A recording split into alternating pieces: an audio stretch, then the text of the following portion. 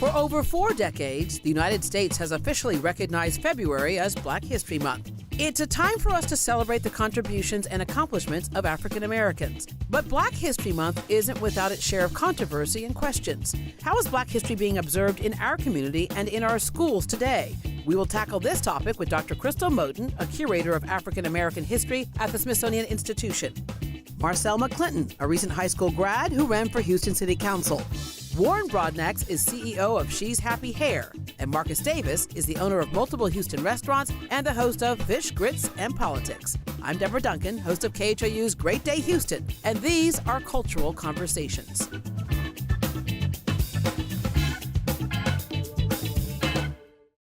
How much Black history did you get in school? Yeah, so I was saying earlier, like how much do you think we're being taught in school about Black history? Not much at all.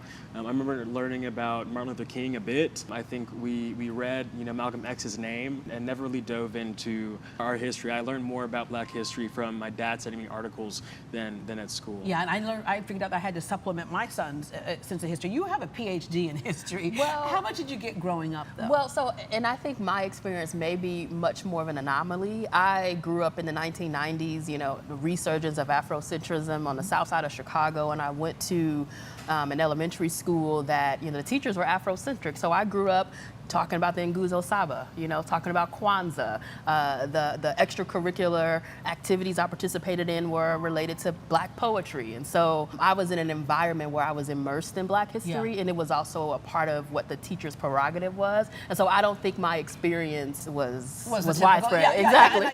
The precursor to Black History Month took place in 1926 when historian Carter G. Woodson and the Association for the Study of Negro Life and History proclaimed the second week in February as Negro History Week. That week was selected because it coincided with the birthdays of Abraham Lincoln on February 12th and Frederick Douglass on February 14th. Over the following decades, the week grew in popularity among educators, church congregations, and the Black press. In 1969, Black educators and students at Kent State University first proposed the idea of a month-long celebration of Black history. The first celebration took place in 1970. As the United States celebrated its bicentennial in 1976, President Gerald Ford officially recognized February as Black History Month. My parents assumed I was getting it, and I mentioned before, they passed away in their 90s, so they were in the one-room schoolhouse off in the country, where they had a teacher who said, you need to understand this, because you need to understand what greatness you come from, and that this country, you have every right to be here and to prosper here. All right, what did you learn growing up? I think I learned, a few chapters about the Civil Rights Movement, like maybe one sentence, like he said, about Malcolm X, Rosa Parks, and that was it. Yeah. I think that was about all of my schooling. I purposely had to go pursue. What did I learn? I learned the same thing over and over again. The same cards from the 5th grade to the 6th grade to the 7th grade were the same cards. Yeah, but I learned Dr. King's speech. I was the kid that my dad paraded around, and I did speeches at all the little churches, all the little libraries, and all that kind of good stuff.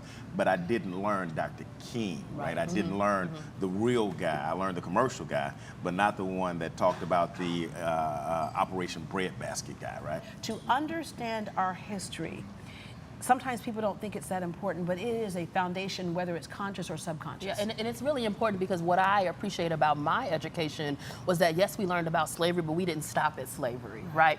You understood what slavery really meant to this country. You weren't just slaves. Right, exactly. And slavery is a part of our history. It's a defining moment in our history, and it's a moment that has reverberated, right? But there are other moments in our history to draw hope from and inspiration from, so that I knew what I was capable of. Yeah. All right, so knowing what you did not get, what do you teach your children?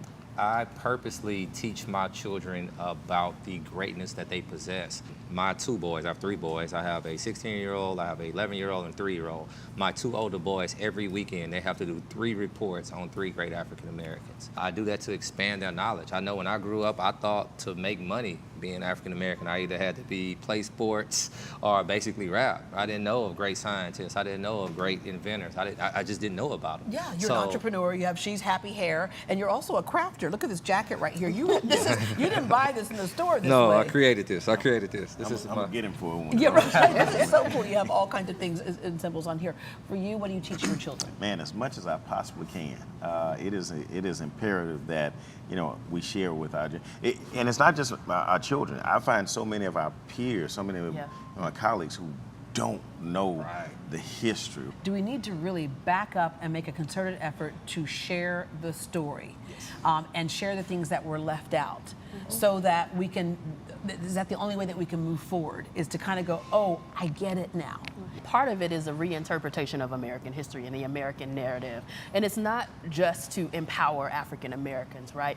But it's to spark a national dialogue of the importance of the stories of African Americans, but all who have contributed to this country, and reshaping what we think of as the possibilities, right? We think of America as, you know, as this pie and everyone gets a piece of the pie, right? But with that type of metaphor, there's always a scarcity mentality, right? And so reinterpreting American history and reinterpreting what we think of when we think of equality and equity. Yeah, thank you very much.